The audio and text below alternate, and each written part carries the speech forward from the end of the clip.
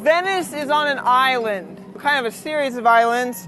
It's on a delta where the Po River comes down to the Mediterranean. So the Po River carries silt down from the mountains and deposits it into this delta. So there's a lagoon with a bunch of islands in it. So this city was originally just a marshy island, but a lot of what you see today, the solid ground, was built up by driving stakes in the ground, filling in dirt. So the island is almost artificially constructed, changing from this marsh to land to build a city on. Venice is kind of important historically in European history because for a while it had an empire. Because Italy, as we know it, as we've mentioned in the past, it was not established as a country until much later. Under Rome, you have Italy unified, and at that point, Venice is just an island. Not really anyone living on it, at least not in the same scale. But as the Roman Empire starts to crumble, and as you have the barbarians coming in from the north, people start to flee to Venice because it's an island, it's more secure.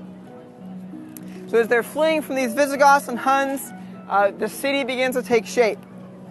Venice doesn't have any land for agriculture. The water around here is salty, so it becomes a maritime city that is building ships and trading with various countries surrounding them.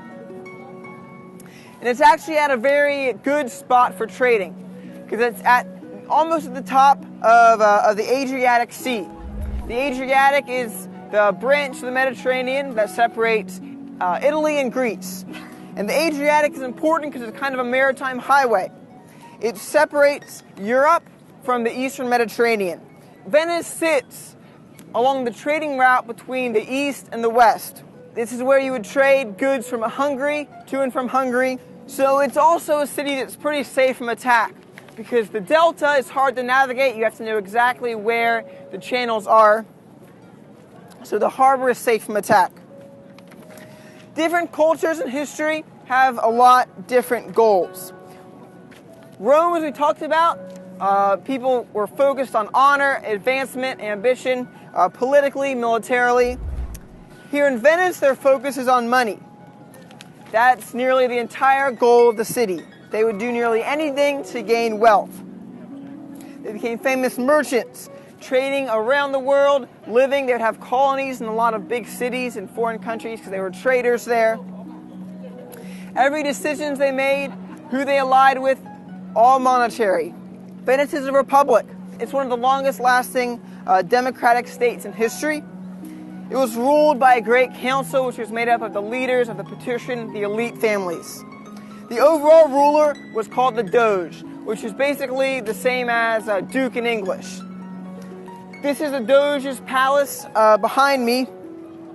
It was built and rebuilt over the years. This iteration is from 1340 and extended in 1428.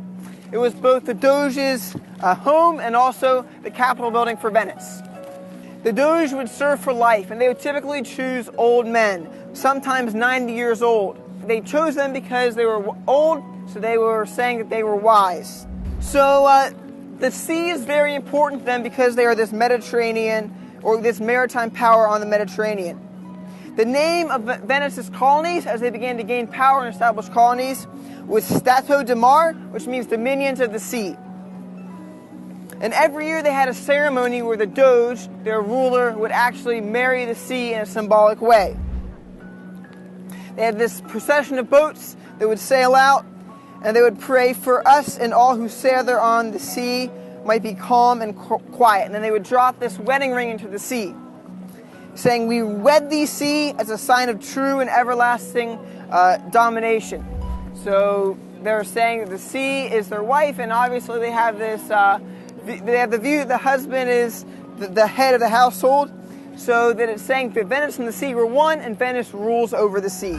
So Venice, as they establish these colonies, becomes an empire, but not the empire. We don't normally think of it as an empire. We think of it as just this beautiful Italian city with all these canals. But at one point, it controlled a pretty wide swath of territory and controlled a lot of the world's trade. Thanks for watching. If you enjoyed this video, please subscribe and share it with your friends. You can also visit www.discerninghistory.com for more videos and other resources.